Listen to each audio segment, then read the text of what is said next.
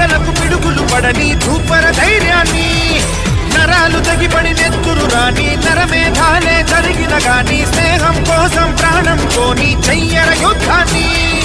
సొంతో